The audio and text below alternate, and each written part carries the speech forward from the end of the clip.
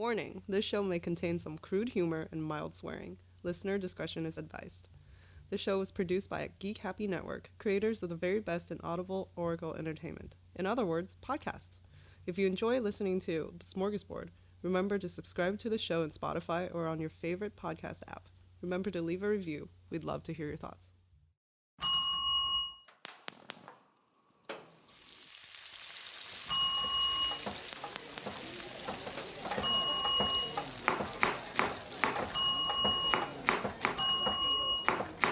This is Smorgasbord!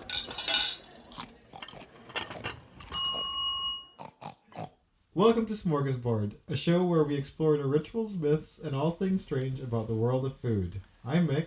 And I'm Angel. And today we're here to explore the lack of nutrition and women in American cereal.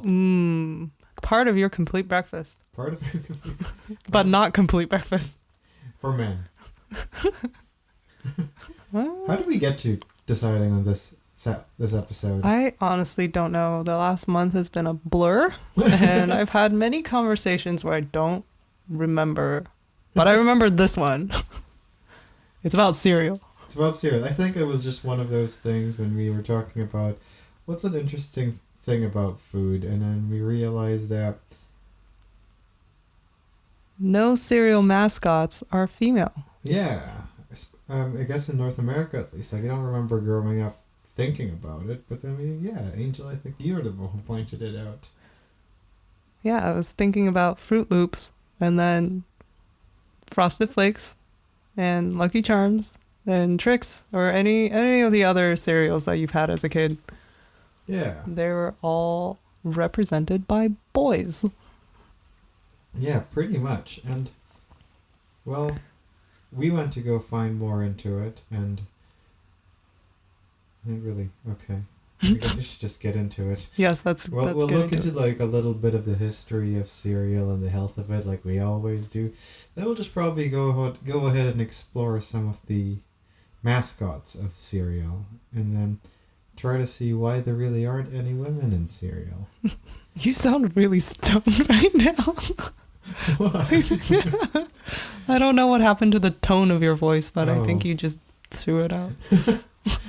I think I'm discovering my radio voice. Ah, yes. And this is my new radio voice.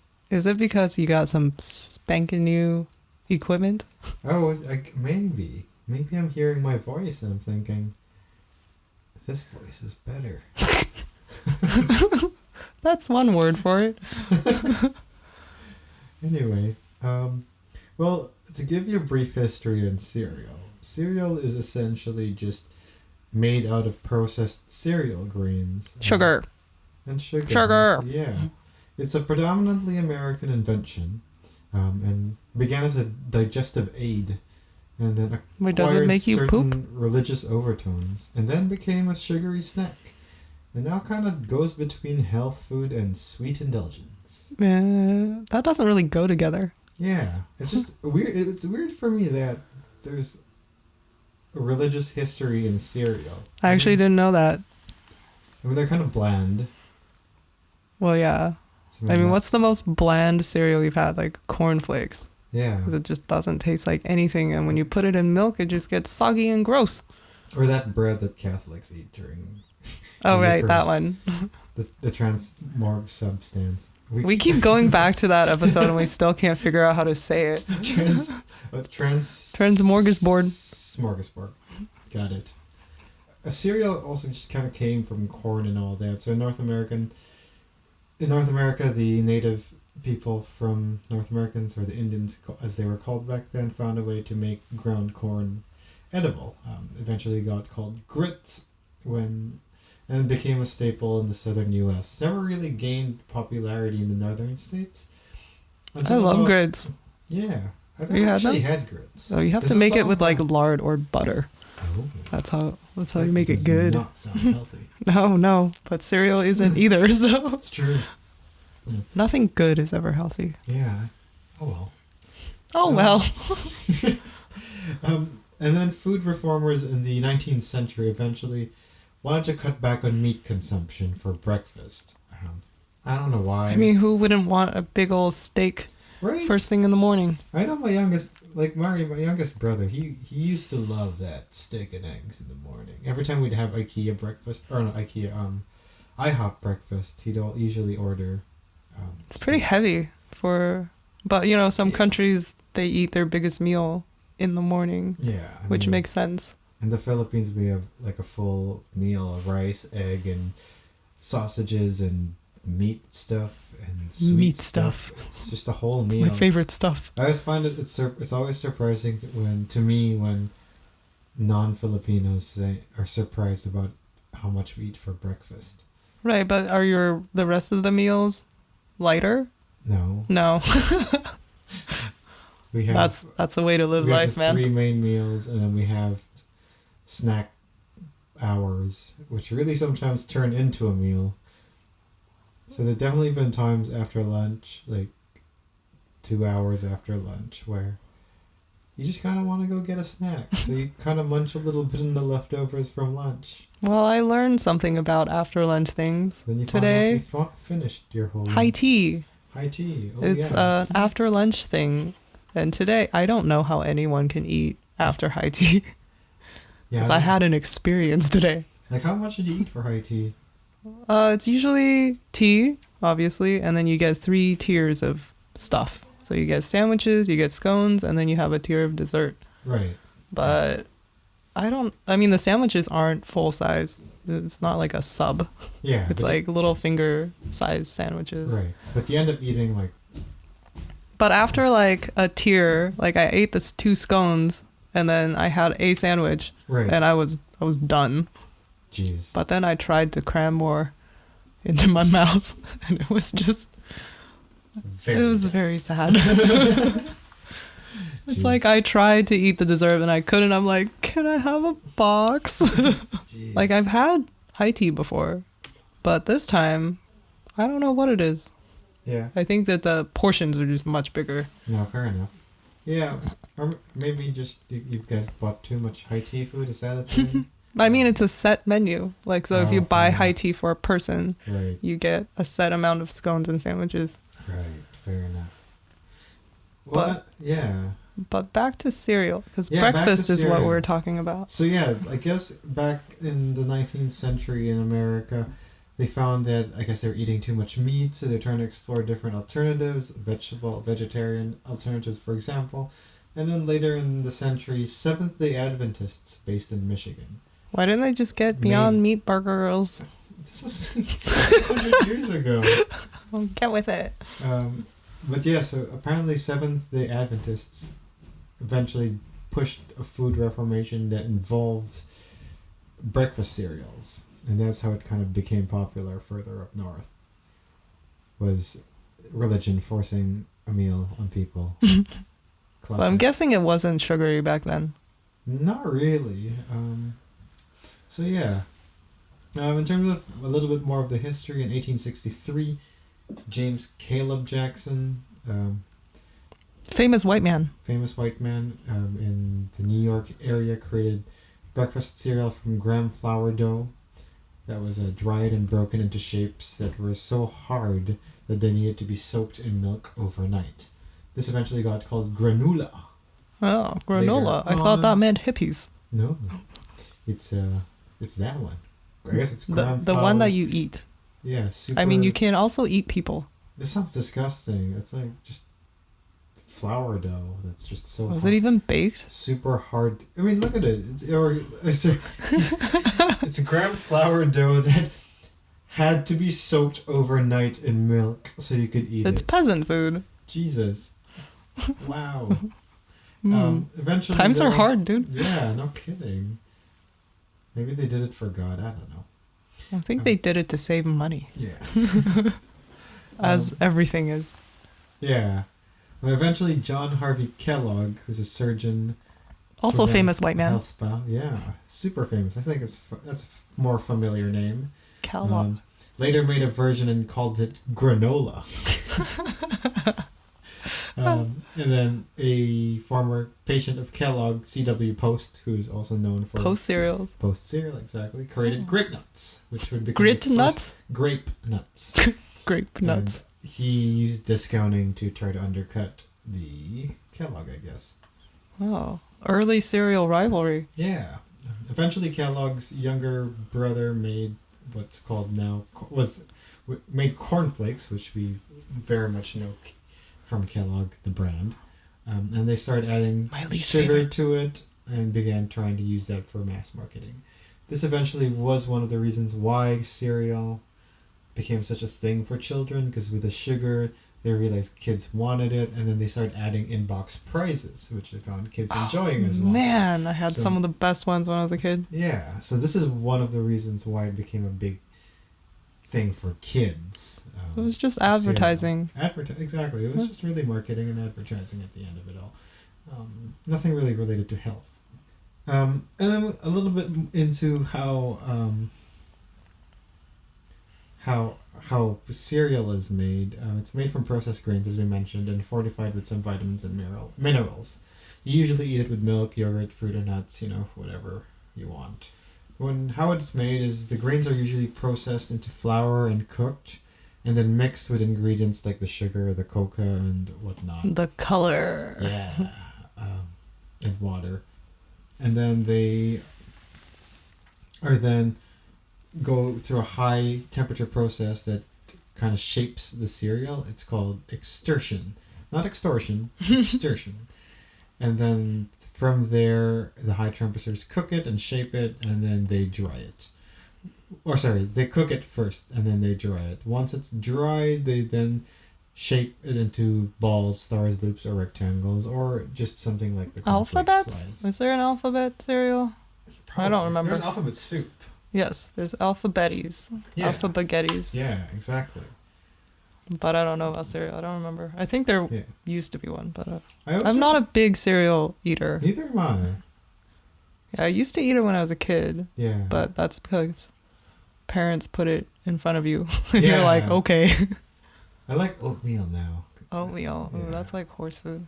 Yeah. I'm not a horse, I like though. burgers. For breakfast? Sure. Anytime. Fair enough.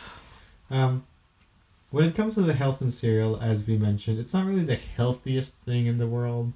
In fact, the added sugar is pretty much the worst ingredient you could add to your diet nowadays. Right, it's just a bowl of sugar and like carbs. Exactly. And that in turn causes a whole load of diseases, which we're not going to get into because we're already depressed as we are. Oh, yes. Yeah. Depression. Yeah. But most of this sugar comes from processed foods as well, and as we know, not all processed foods are healthy or good for you. Really? Yeah. Better stop putting Spam on my burger. Yeah, probably should. Especially when you already have I'm gonna start putting cereal on my burger. just a little Lucky Charm. Lucky Charms. Oh, so the thing with Lucky Charms is I never actually eaten a Lucky Charms cereal. Right. I just pick the marshmallows out and eat those. Yeah, that's fair. I don't even know. I've never actually, I think, tried Lucky Charms. I mean, they all kind of taste the same because it's all made from like cereal grain and sugar. Yeah, fair enough. In fact, if you really look into most of the cereal containers, they'll usually put sugar as the first or second ingredient or third ingredient over corn and grain. So that kind of gives you an idea of how much sugar you're consuming. And usually when you start your day with that much sugar, it can spike your blood sugar and insulin levels. And an excess amount can also increase your risk of type 2 diabetes, heart disease, and cancer. Woohoo! Now, spiking your blood sugar and insulin levels aren't necessarily a bad thing, but I take it that I'm no doctor, but no, I don't think you want to spike it too much. No. So what you're saying is me eating my breakfast cereal with a can of Red Bull is just a no-no. Yeah, that's just bad. Okay. Maybe you could even out your spiking by just having Red Bull or some vodka. That's a different kind of spike. Like just even out your spikes, That sounds legit. So instead of a big ass steak, it's like 3 steaks through your heart. And as we all know, especially nowadays, breakfast cereals are highly marketed as healthy. They usually use words like low fat or whole grain and blah blah blah. But let's be real here. We're here to remind you that that's marketing for you. Right. They're using cheap ingredients and then coating it with sugar, so your kids are going to be like, I want Fruity Pebbles. Yeah. I want Cocoa Puffs. So we suggest you look at the ingredient list and see how much sugar there is before. How about you get in the kitchen and make an omelet? Or that. Yeah. Now, cereal, there are a variety of different kinds of cereals out there, and some of them aren't always cereal cereal in and of itself isn't always unhealthy, because it's really the sugar part that makes it unhealthy. So when we're looking at it from like the healthiest kinds of cereals to the least healthiest kind of cereals, porridge is probably one of your best ways to go when it comes to health if you still want to eat your cereal. But you kind of have to remember, don't sweeten it and don't put high fat contents of milk in it, which means you're going to just tastes like wet newspaper. Yeah, exactly. So your breakfast will just revolve around wet newspaper and sadness. Oh. But at least sounds like a regular physically Tuesday. Healthy, yeah. If you want to feel like a Tuesday but also feel a little healthier, have some porridge. Isn't that what they feed the orphans? Maybe. Isn't that the one in Oliver when he's like, could I have some more? Yeah, it's either that or gruel, and I don't know what gruel is, but gruel and porridge sounds like it's probably very similar. Yeah. But just slops of moist goop. Moist goop. But the good thing about porridge is it does have a really high fiber content. Helps you poop. Exactly. It can also help lower your cholesterol level. Oh, yeah. As part of your diet. But yeah, as we mentioned, just keep in mind that this is pure porridge, no sugar, no salt, and no high-fat milk in it. The next option you could have is just muesli. Muesli. Yeah. But again, that's without any sugar or salt.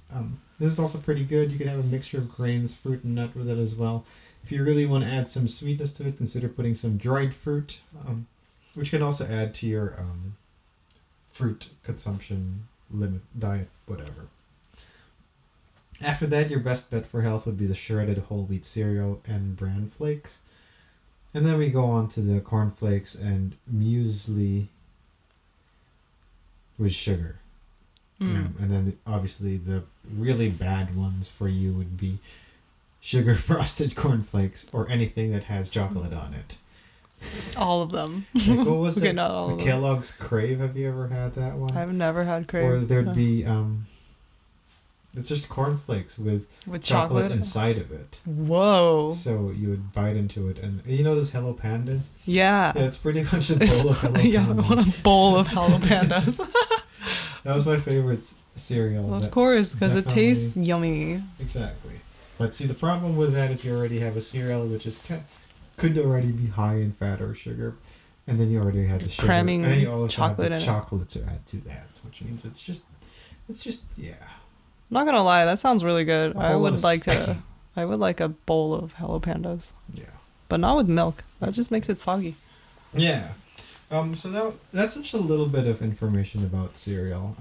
But we want to spend more of the time talking about the mascots. Yes. Mascots those, are great. I was gonna say bad words. Oh wait, we do cuss in this.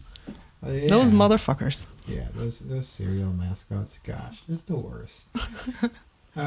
Now, as we mentioned, the mascots really came to life because of the fact that a lot of these cereal manufacturers discover that a really big primary market they have are children. Especially back in those days where you're trying to feed kids some kind of meal and children ended up kind of enjoying this sweet snack. And that came, like we mentioned, from Kellogg when he introduced those box prizes that were trying to target younger demographics, and became super successful that everybody kind of followed suit from that. But in the middle of the 20th century, advertisers have pretty much picked up on that idea and really just started focusing more and more into cereal, targeting cereal to kids. Nowadays, you probably notice when you go to the grocery aisle that there are fewer mascots that appear in your cereal aisles, and I think that in part have to do with this whole grain, whole or whole grains and oats kind of movement that's come to become healthy. Right. As a healthy option for people to eat when it comes to having the nuts and the fruits and the blah blah blah. So that way they're able to appeal more to adults now, and that's why I think you don't see as many mascots, which I think is a terrible idea, because I would definitely buy As an adult, as a full-grown adult, as yes. a full-grown adult, I will definitely buy the one with the mascot. Me too. Over Not like gonna lie. Cashy Yeah. boxes that just look so That's boring. just has leaves on it. Yeah. Like, I hate the taste of those Vector cereals. But Oh, I like it right. because it's so colorful and it reminds me of Tony the Tiger. Wait, so who is your favorite cereal mascot? My favorite cereal. I don't think I have any. Me neither. But I really I kinda enjoyed the Trix rabbit. Yeah. Or who was Toucan Sam? Toucan Sam. Yeah, he was kind of cool He too. follows his nose, which is not his nose, it's his beak. Yeah. So speaking of these mascots, I'm just going to go a little bit into the history and how some of the most common popular mascots came into play. We have Captain Horatio P. Crunch. Oh my god, he had a first name? He had And a first middle name initial. And a middle initial. He's not just Captain Crunch. Oh. He's Captain Horatio P.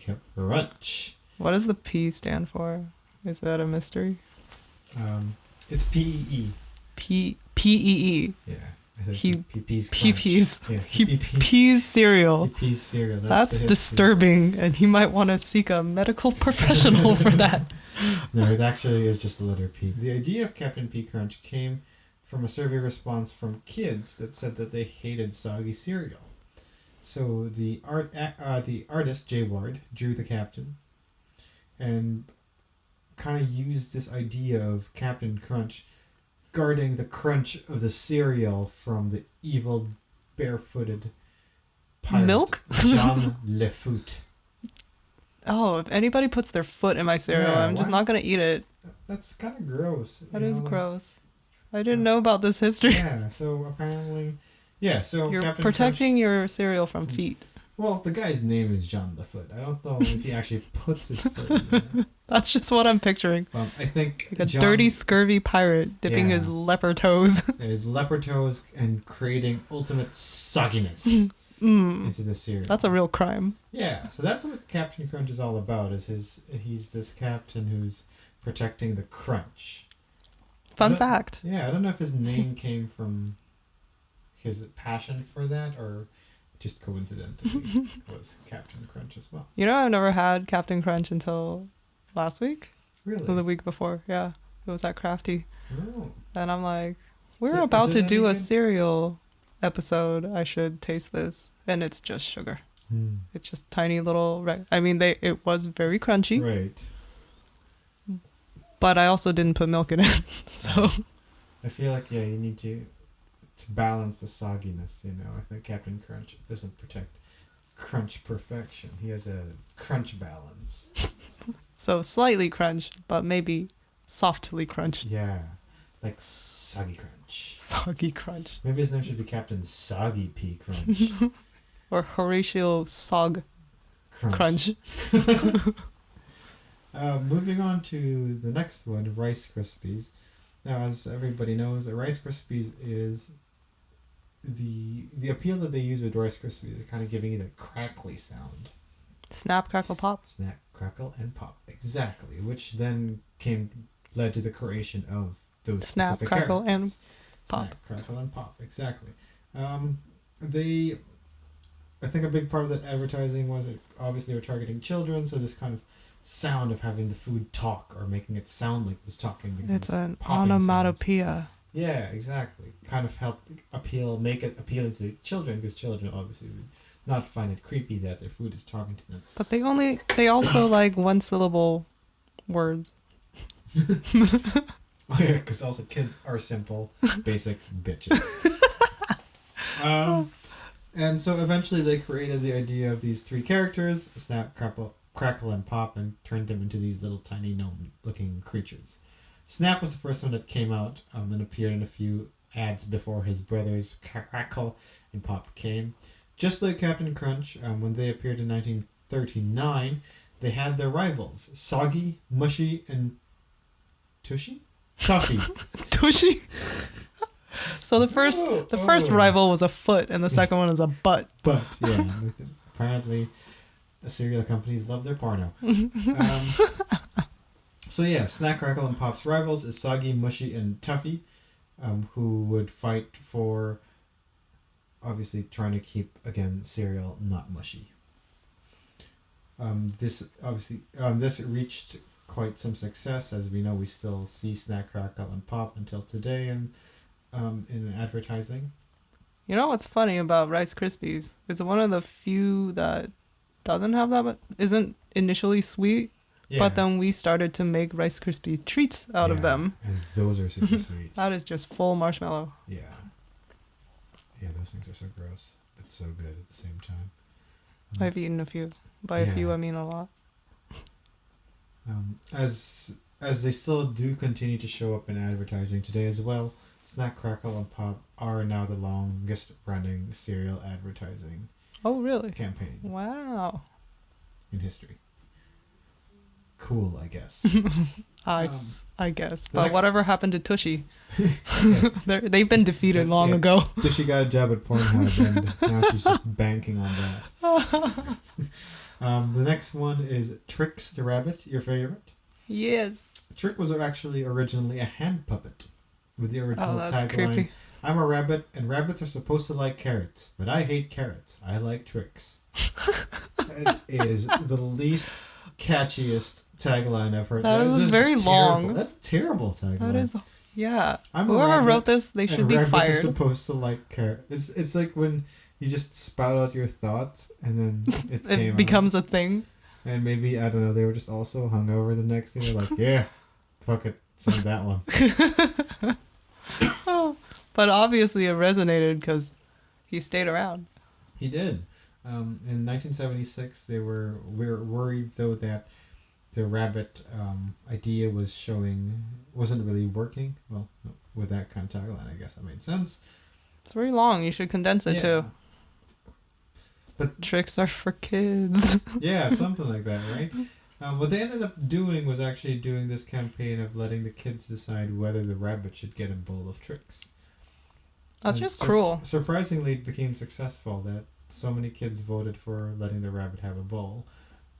Wait, kids have empathy? Yeah. What? I'm also not sure if this is a bowl of weed or it's just a bowl of cereal. Either Granting way. it's in the 70s, maybe it is weed. Or LSD. Or LSD. Just a bowl of LSD. Explains why he's so... He's a little bit nutty. Yeah. And he kind of like slithers around. Yeah, exactly. But he's kind of normalized lately, and he hasn't really had a full bowl apparently since 1980. Oh, that's gonna make anybody grumpy. Yeah, I think he's just constantly chasing that high. Yeah. That you can't have. No, now he's hanging out with Lindsay Lohan and all the Disney stars. He doesn't even have teeth anymore. The next one is Tony the Tiger, who came out about around the 1950s. Tony the Tiger actually wasn't the original or wasn't the only mascot for the Frosted Flakes. When they created the Frosted Flakes, the advertising agency Leo Burnett came up with actually 4 different animals instead of 1. Tony the Tiger, Caddy the Kangaroo, Elmo the Elephant, and Newt the Gnu. So Tony beat the shit out of the other ones and then ate them. Yeah, right? Pretty much. Okay, cool. They made 3 herbivores and 1 carnivore. They couldn't decide. Eventually, came down to Tony and Katie the Kangaroo. But yeah, you know those kangaroos can punch. Exactly. But as we all know, tigers have big teeth. They're only men or male mascots, so obviously Katie lost this fight. Katie, no. In fact, it's interesting that Tony became so successful that apparently ExxonMobil sued them for using a tiger in their ads because Exxon has a tiger as their logo. Really? Yeah. Didn't know that. Weird. Because it's gas. Yeah. You'd think people won't confuse gas with cereal. Also, like corn oil maybe. So they're like, oh, you're infringing on our corn oil by all this cereal you're making. Also, you can't copyright a tiger. Yeah, I don't know. You know, Americans and their obsession to own things. Oh yeah, they like suing each other's pants off. Yeah. But yeah, so that's pretty much Tony the Tiger there. As a random note, Thurl Ravenscroft is the original voice of Tony the Tiger, who's the one who also sang "You're the Mean One." You're a mean one, Mr. Grinch, in the Grinch cartoons. Famous voice. Yeah. Because they're great. They're great. Great. And last but not least is Mr. Lucky himself from Lucky Charms. This marshmallow in a bowl idea came because, obviously, again, back to making it appealing to kids. This was spawned from the idea of having marshmallows around a charm bracelet, hence it becoming Lucky Charms. He was replaced for a while in the 1970s by Waldo the Wizard. But, yeah, it's a good thing they went back to Lucky Charms. Waldo the Wizard. Where is he? Just poofed out of nowhere.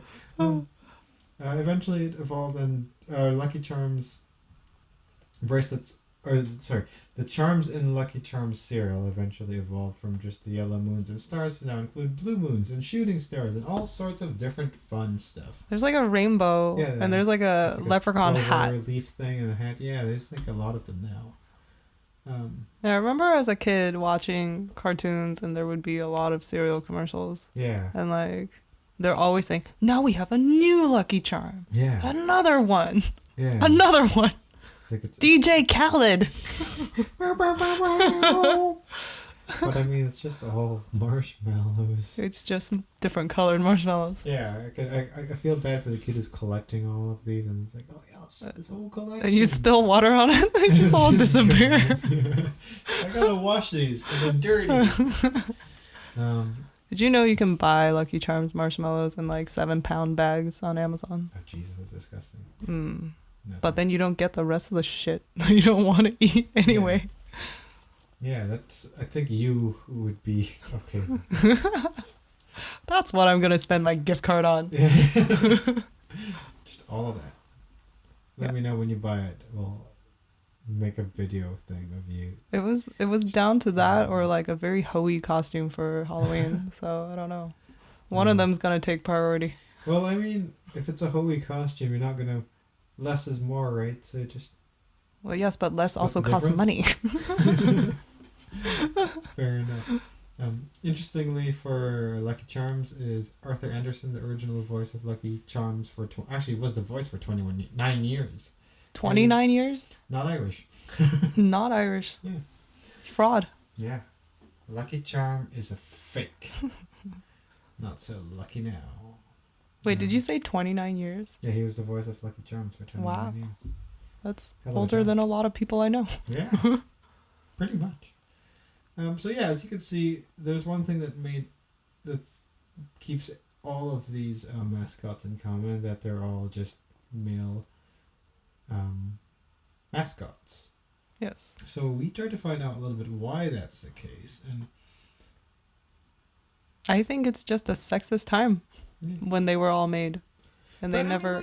There were girl kids. There were girl kids. You know, they're the ones that don't matter. What were they supposed to eat? They're not gonna have futures. Cereal. Not like our boys, who's gonna be scientists and Yeah. astronauts and presidents. The girls are gonna learn how to vacuum. They still need to eat though. You would think. Yeah. I don't think representation matters was really a concept back then. Yeah, and I was looking more into it. I don't think it was really anything except for the fact that all of these were created by advertising agencies and who employed companies, men, which was heavily dominated by men. It's a very, very masculine industry, and still in some ways is today. And the film life, for those who work in film and know that Angel and I both work in film, hours are crazy, and that's why we sound cracked out AF. Yeah. But that's why representation is so much better there. In advertising in some places, it's still very heavily dominated by men. Actually, the agency I worked in, that was actually pretty balanced. But then again, this is 2000 something. Yeah. But back in the day, like if anyone's seen Mad Men, for example, you can see how much it was very male dominant. It was very a lot of egos and blah blah blah. So I think that's really just where it came from. It was just a boys' club of advertisers who created a bunch of Male either mascots gender that neutral or male mascots. they're more relatable to their creators. Yeah, and exactly. Like there wasn't really a female artist to create a female character, and even when Katie the Kangaroo came out, They punched her to death. yeah, exactly. They fed her to a tiger. Yeah. I looked into it a little bit more as well, and there really wasn't too much into it about it. I think some of it may have been a car again. Jeez, so good. Yeah, there's really not much into it.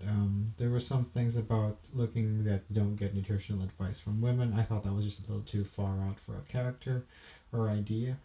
The one thing that I found interesting was even looking for opportunities where there could have been female mascots. They didn't really have any. For example, Fruity Pebbles, the one that has the name of the Flintstones characters, decided to put Barney and Fred Flintstone instead of Pebbles.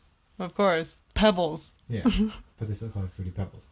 There were also some stuff like General Mills had the Chex cereals, but then this one was just showing anonymous like photos of guys and girls, cartoon versions of guys and girls, and there's cereal. no like one definitive mascot. Yeah. Of course, from time to time, you'll see female athletes or whatever show up in a Wheatie thing. So there are some ways some women appear, but when it comes to mascots, I think it's more of a like, I don't know. For example, Trix is kind of known as a he or whatever, but I think it's more like it could be gender neutral or whatever. So there are some that's like kind of gender neutral maybe or whatever. But I think, yeah, as you mentioned, I think a big part of it really is just the artists were men. So they made male mascots. It was a time. It was a time. So again, another Smorgasbord episode that did not have an exciting backstory into it. I just thought it was an interesting topic. Yeah, it is, I think so. Because I don't think people thought about it. Yeah. Like, hey, did you know that all cereal characters are boys? When it comes to mascots. And I think maybe we have to look into kid psychology or whatever, or how portrayal of children is heavily masculine and all that, but I think that we have to leave to a big, more scientific podcast. Yeah. Or scientific people. Wait, I had a thought earlier. Because, you know, a lot of drug tests only test on white males. Yeah. So this is kind of akin to that. Yeah, so it's sort of like that, where they assume that they could probably just get away with targeting one specific group and assuming that everybody else will fall into that. Yeah, for sure. I think so. That definitely probably comes into play for that. Well, the interesting thing is my friend sent me, this is out of the blue for no reason. She just sent me a picture of a cereal. I don't think this is a mascot, but it's called mermaid cereal because it's in the shape of like little shells and stuff. Right. And like there's a picture of a mermaid on it, but I don't think it's a branded. Right. Like she doesn't have a name. Yeah. It's just a random mermaid on the box. Yeah. It is interesting though to think about that. Why there really isn't. But when it comes to breakfast as a whole, there is Aunt Jemima. Jemima. So there is one. She's the most important. Syrup. Yeah. And that's it. There was a time where Dora was like a cereal or a mascot. Dora the Explorer? Like, yeah, she just appeared in a bunch of different breakfast but that's like a stuff. guest star. Yeah, she's a guest star. But yeah, when it come, we had to go as far as including every kind of breakfast meal to find Aunt Jemima. Aunt Jemima. Props to her. Props to her. She's living in a boy's world. Yeah. She's like the lone mom in a frat house. Exactly. But that's about it. This was very informative. Because when we keep going further, then we have, Jolly Green Giant and all that. So it really is pretty much just Aunt Jemima. Uncle Ben is a man.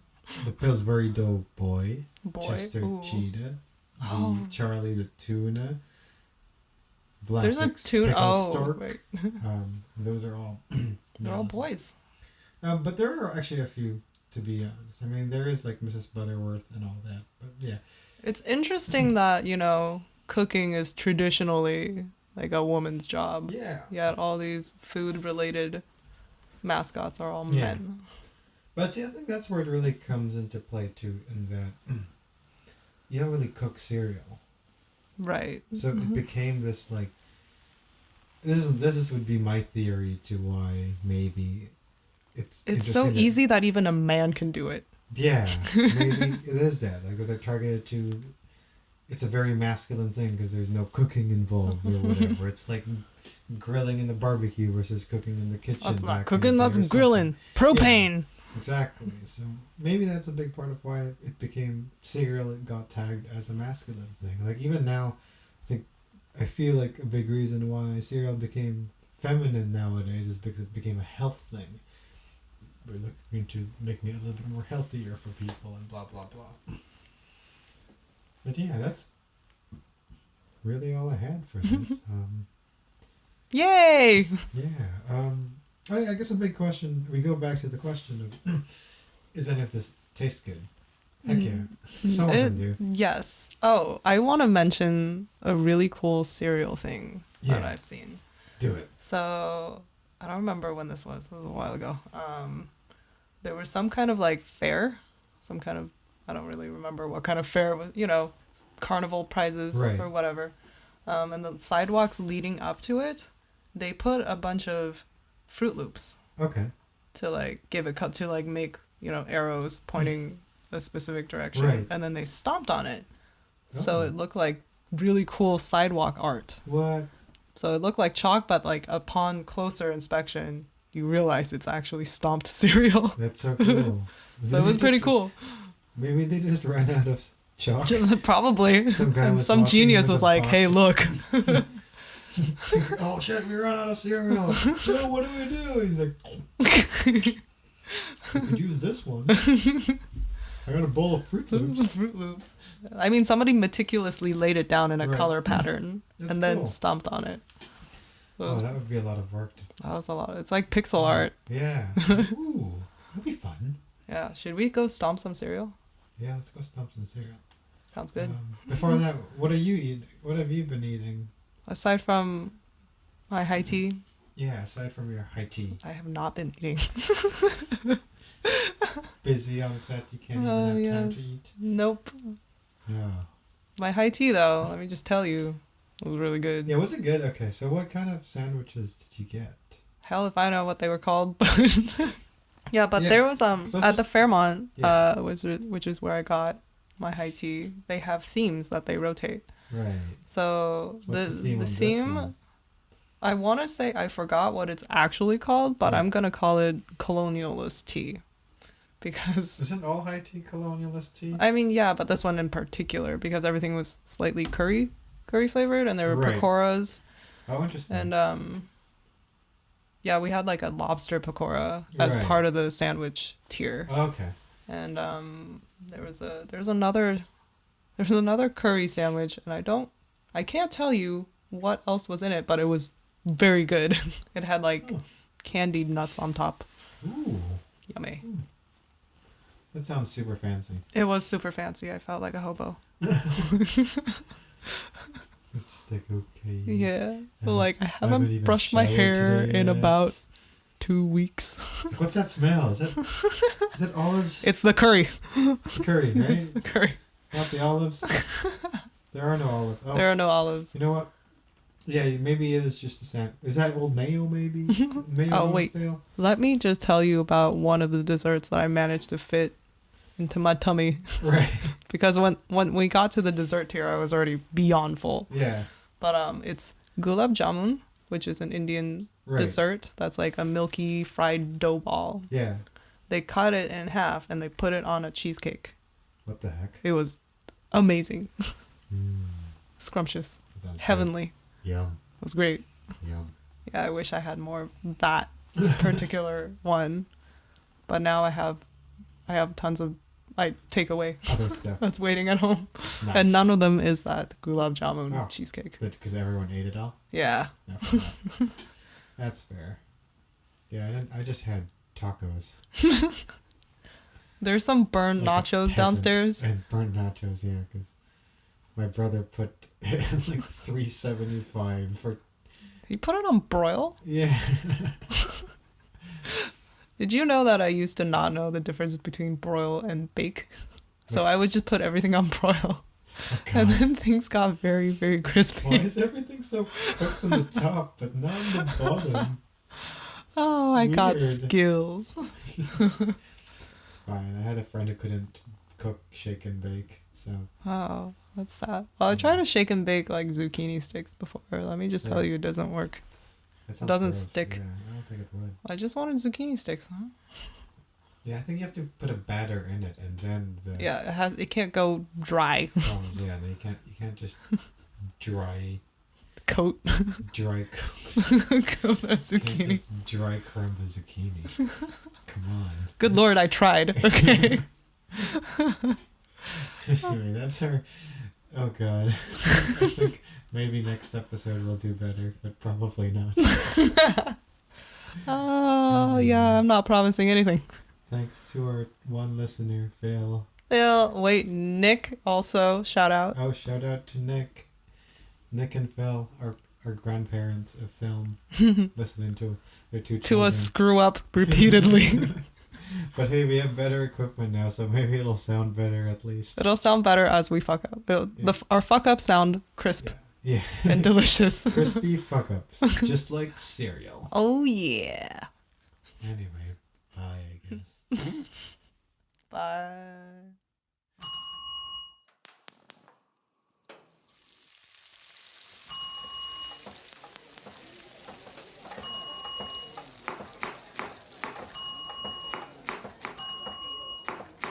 This is Smorgasbord.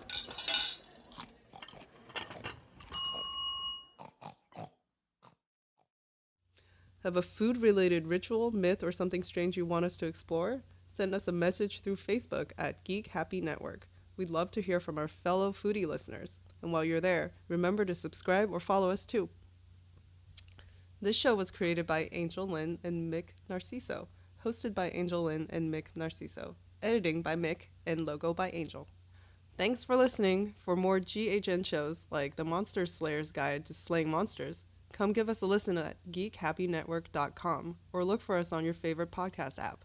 Oh, and be sure to follow us on Facebook or Instagram at Geek Happy Network.